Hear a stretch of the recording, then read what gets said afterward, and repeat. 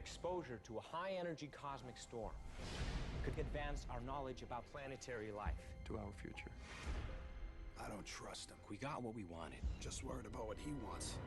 Hey everyone, Rascal here. And Mama, welcome to our channel, Paws On Animation. Today's podcast, we're covering the original Fantastic Four movie. The one we like. Right? This version of the movie is unfoundedly being put in the same category as the 2015 crap version, but trust us, it couldn't be farther from the truth, and this one's way better. Yes, and before we start, be sure to like, subscribe, and we'll occasionally some future podcasts from all the Paws videos. Thank you for subscribing, thank you for sharing our videos, and supporting us. We appreciate you so much. Yep. Now, hopefully by this time you've seen this movie since it came out in 2005. Oh. And It was now during the time of Stan Lee. It's now 21 years old. Good Yes. grief. And we know you've had to have seen it. If you haven't, you need to watch it. One, because it's the best version so far of the movies that are being put out. And two, since we know we're getting a new one, at least you'll have something to compare the new one against. Right. That being said, this movie actually was a box office success, even though it was considered a critical failure. Wow, so reverse this time. It ran 106 minutes. It was under the 20th Century Fox studio. And it had a budget of between 87.5 and 100 million, and it grossed over 333 million. So poo-poo on the critics because we actually love this movie. Yes, very much so. And my guess is maybe some audiences didn't like it. The one comment I hear a lot is it was nothing like the comic. They kept taking their own liberties, which we never read, so I can't really say if they're telling the truth or not. And B would be that they took too long to get to the part where they become the superheroes, because the cover advertised them as already heroes, and it takes them until near the third act to become it. But I thought that was kind of the whole point. It was the origin story of them becoming the superheroes. I agree. So, interesting fact, this was the second live-action Fantastic Four film that had been filmed. A previous attempt titled The Fantastic Four was a B-movie produced by Roger Corman, and it was never released. Oh my gosh. So, Hollywood's been doing this for quite a while. Stop holding movies hostage! Now, personally, I haven't read many Fantastic Four comics. Actually, we have some of the classic comics that were gifted us by an older cousin. Yes. We haven't read them yet, so we don't know how true it is to the original canon origin story.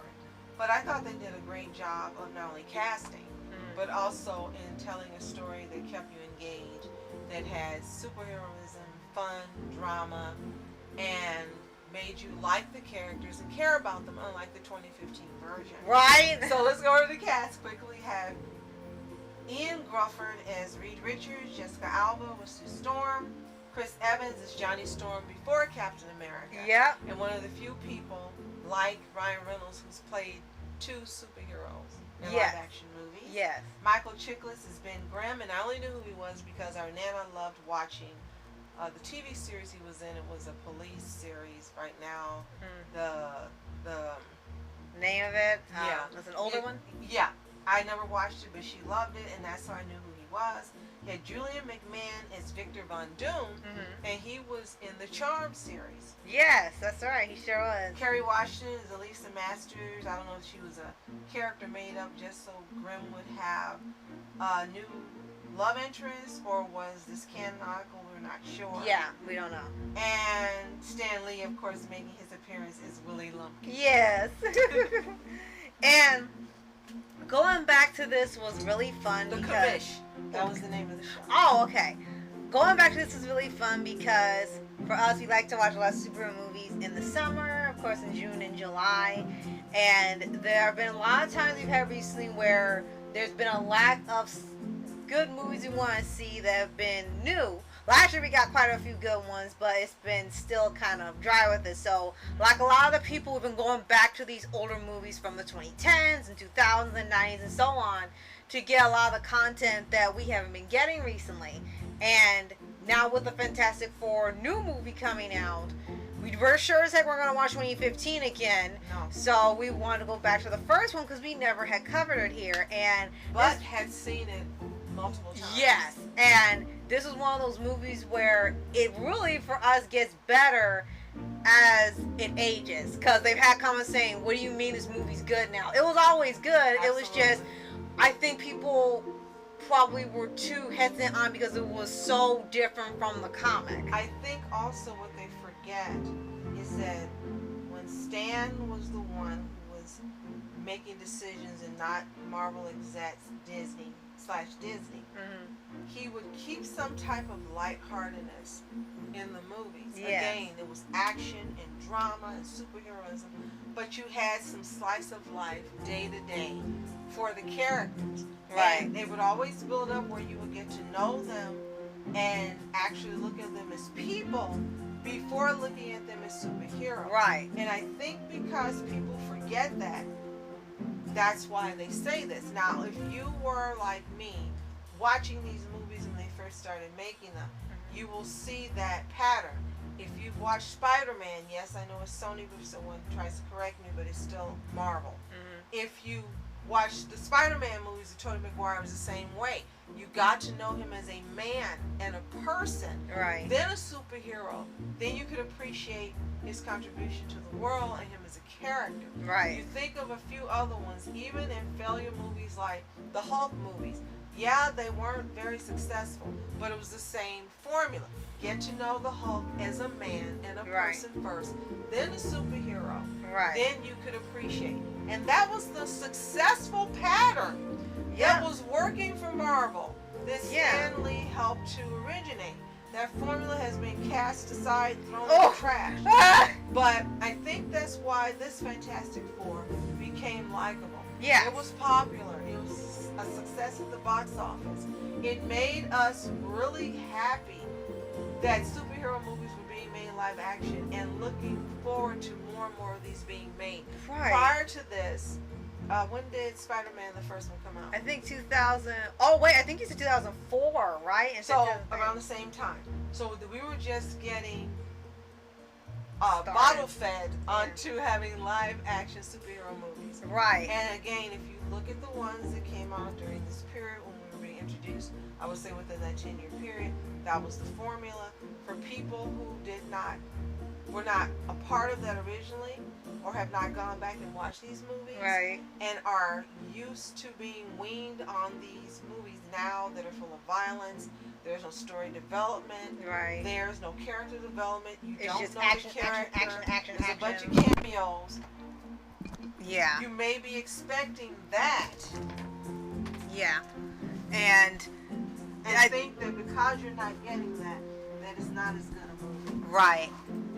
And it's funny you say that because looking at the upcoming Fantastic Four movie they're making now, they announced the cast and everything, look how they have the artwork, and it's more like the time period the story is taking place in the 60s, and it's got the UPA style, and like you're watching the Jetsons and Bewitched, and it's got that clean classic feel to it. It's almost like they were eating their words, and now they're making this movie the lighthearted one, or at least seemingly like the lighthearted one before they start throwing all sorts of angst in there and they're catching off guard.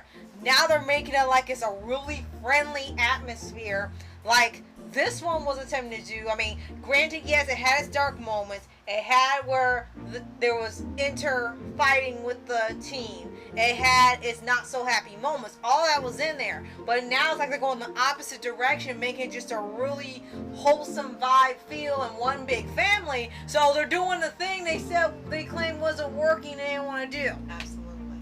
So quickly, to sum this up, got a sequel after this, Rise of the Silver Surfer, which we haven't covered, so we'll probably I guess be that'll be covering that next, soon. yeah. The reboot, as you mentioned, in 2015, that didn't work because it was terrible. Right. So, for some that are listening, that were questioning about Disney having input on Marvel. In 2019, after Disney successfully acquired Fox, the film rights of Fantastic Four were reverted back to Marvel Studios, with plans to integrate the characters along with the X-Men and Deadpool into the Marvel Cinematic Universe. Yeah. John Watts was originally attached to direct, but he stepped down after expressing his desire to take a break, which means he probably didn't like the direction they were going. Yeah. So now, as we mentioned, there's a Fantastic Four scheduled to come out in July of 2025 Right. in the U.S. So 1 year from now. as the second film of Phase 6 of the MCU, too many phases. So at the time, the cast includes Pedro Pascal as Reed Richards, and he's the Mandalorian. Correct? Yes. Vanessa Kirby as Sue Storm, Joseph Quinn is Johnny Storm, and Ibn Mas Bakrak is Ben Grimm. And I'm not familiar with this person. Unfortunately, no. Neither am I. So, if you've seen the original Fantastic Four, let us know in the comments. Did you love it like I did originally? Do you like it like Rascal does now? Yeah. Have you seen it? Tell us what you think. If you haven't, you can see it anywhere, everywhere, probably even on Disney Plus. Give it a watch. Come back. Tell us what you think. You definitely need to see this if you've never watched a Fantastic Four film, because again, you'll have something to compare the new one to, and you can see how the movies were made prior, with thought put into creating a wonderful theater experience versus how it's done now. Right. And if y'all don't already subscribe for updates and weekly videos for anime series, animated shows, and all things animation, with a little bit of live action sprinkled in. Yes, and thank you so much for joining us, for subscribing, for sharing our videos, and for commenting. We love when you comment. We appreciate you so much. You are special. Thank you so much for watching Rascal Entertainment And Mom Entertainment. Have a toontastic day. Peace.